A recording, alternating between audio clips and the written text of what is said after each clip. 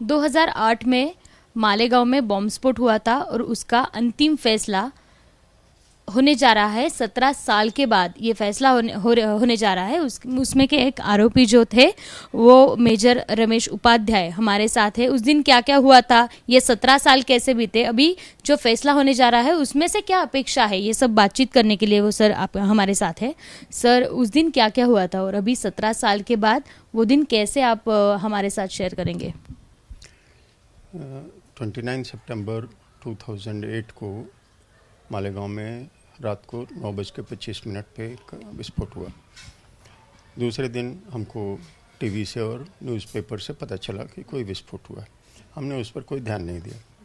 29 सितंबर को मैं बम्बई में था और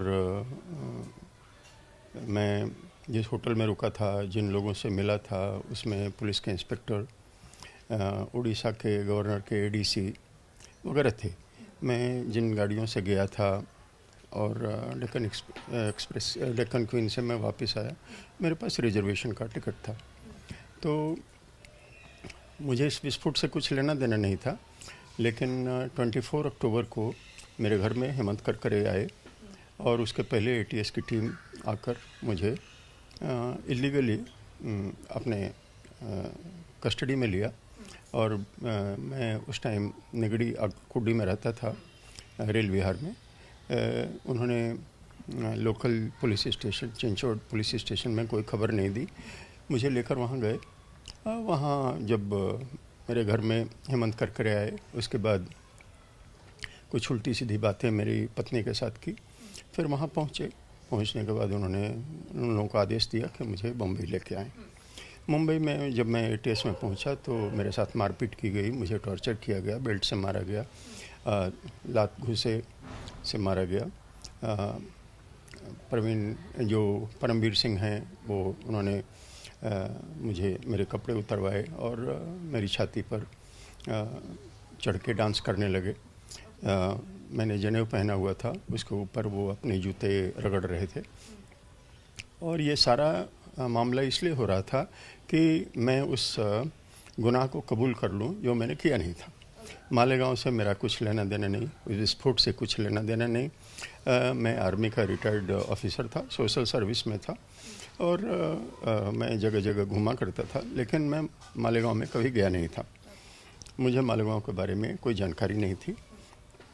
वो लोग मुझ पर जोर बना रहे थे कि मैं मोहन भागवत का, प्रवीण तोगड़िया का, श्री श्री रविशंकर का, योगी आदित्यनाथ का नाम लूँ, ताकि इन लोगों ने मुझे ब्लास्ट करने के लिए बोला है। मैंने साफ इनकार कर दिया कि हम जानते नहीं, हमारे लिए ये ऋषि तुल्य व्यक्ति हैं और हमें इस विस्फोट से न कुछ लेना देना है, न मुझे उन लोगों के बारे में या उनके कार्यकलापों के बारे में कोई जानकारी है।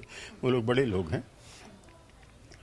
वो नहीं माने, वो मुझे बोलते रहे कि हमको मालूम है कि तुमने नहीं किया है, लेकिन तुम अगर इन लोगों के नाम नहीं लोगे तो हम तुम्हें एक्यूज्ड बनाएंगे।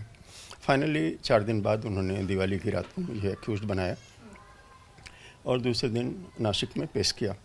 नासिक में जब जज ने मुझसे पूछा तो मैं उसी दिन नार्को टेस्ट के लिए रेडी हो गया और मेरा 3 बार नार्को टेस्ट हुआ। इसमें क्या क्या पूछा था?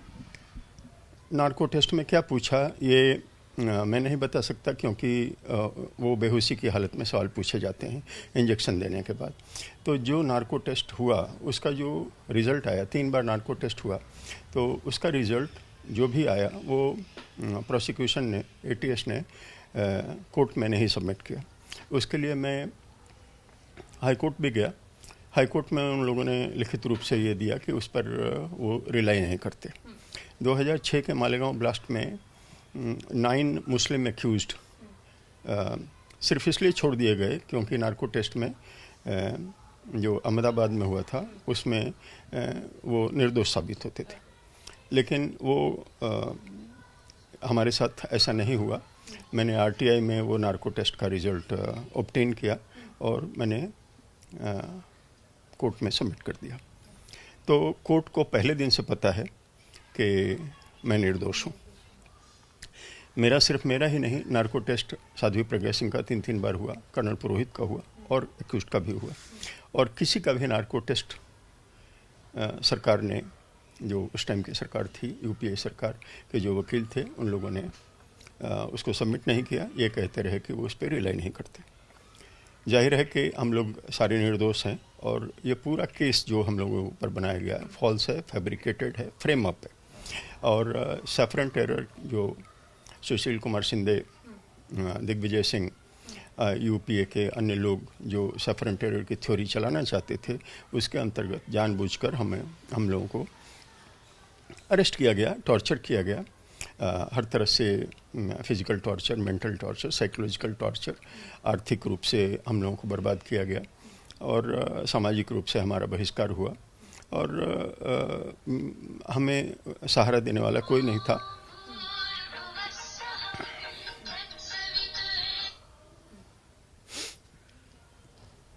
हमें सहारा देने वाला कोई नहीं था।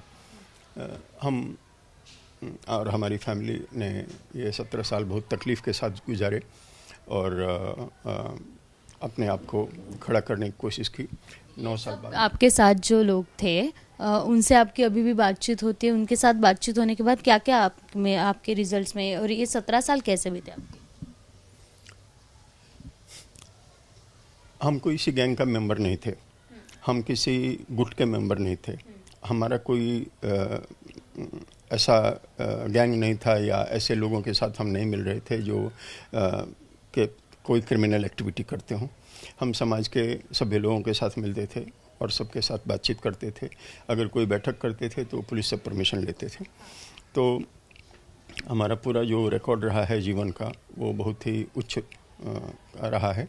सोसाइटी में हमारा स्टेटस है और दुर्भाग्य की बात है कि ये जो सरकार थी वो नीचता पर उतरी, धूर्ततापूर्ण आचरण किया और धोखे से हम लोगों को इस मुकदमे में फंसाया।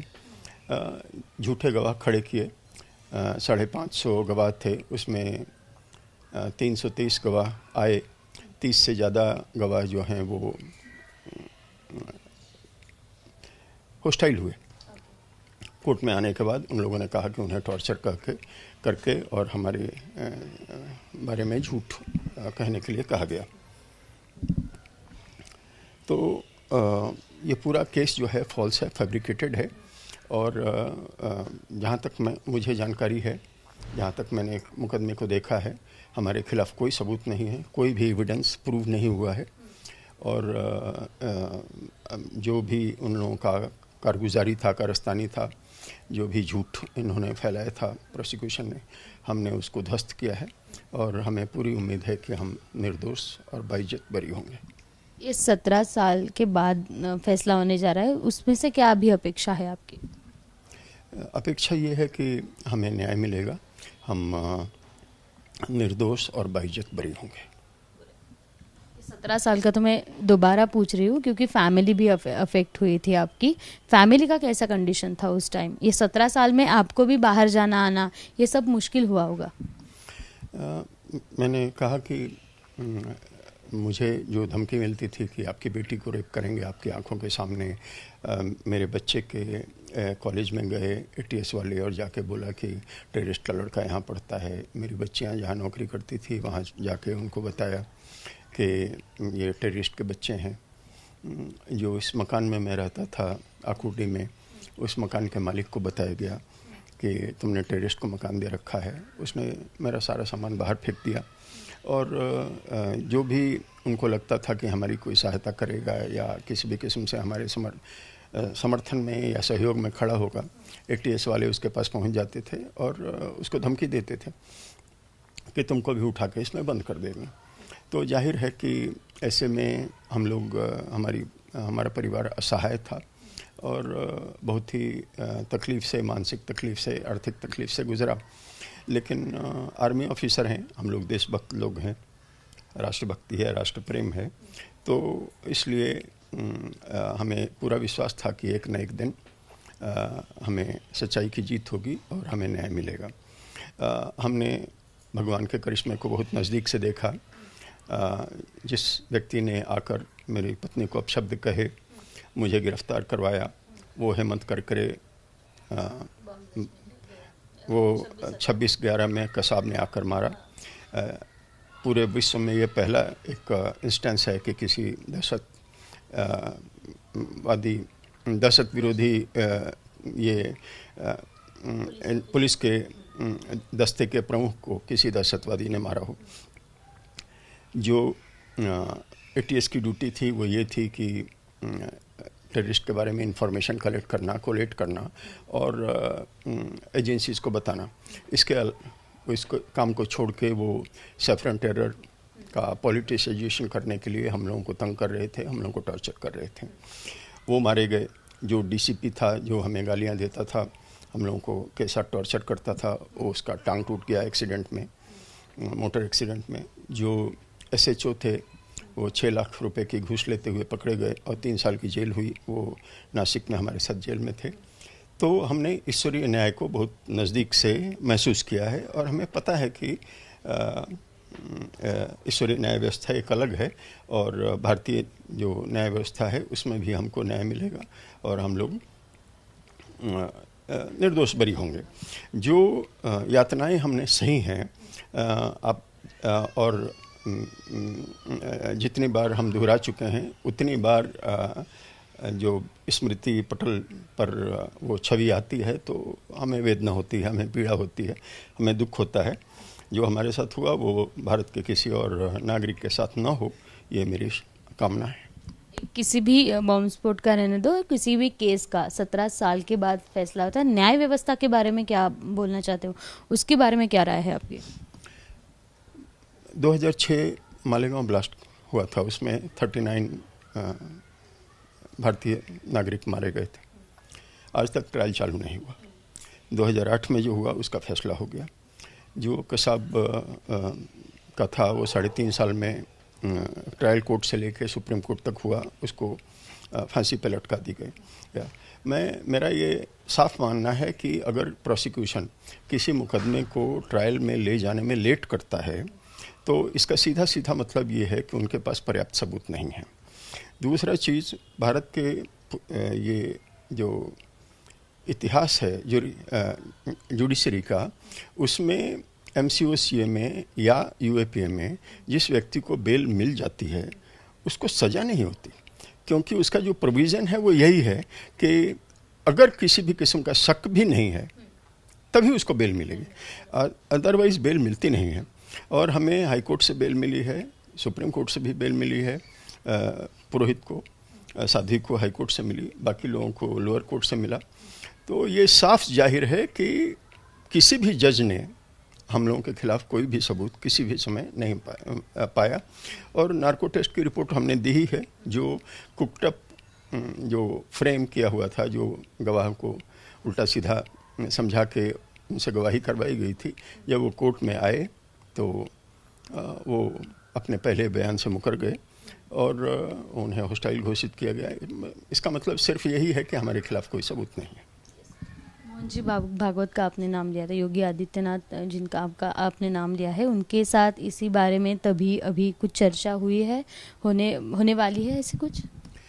मैं इन दोनों सज्जनों से कभी नहीं मिला। तोगड़िया को मैंने दूर से देखा है, मैं उनसे कभी नहीं मिला। श्री श्री रविशंकर के आश्रम में मैं एक बार गया हूँ, लेकिन मेरी उनसे कोई वार्ता नहीं है, मेरी कोई उनसे जान पहचान नहीं है। तो और जिन आदमियों का नाम लेने के लिए वो बोल रहे थे, हमारा उनसे कोई इंटरेक्शन नहीं है।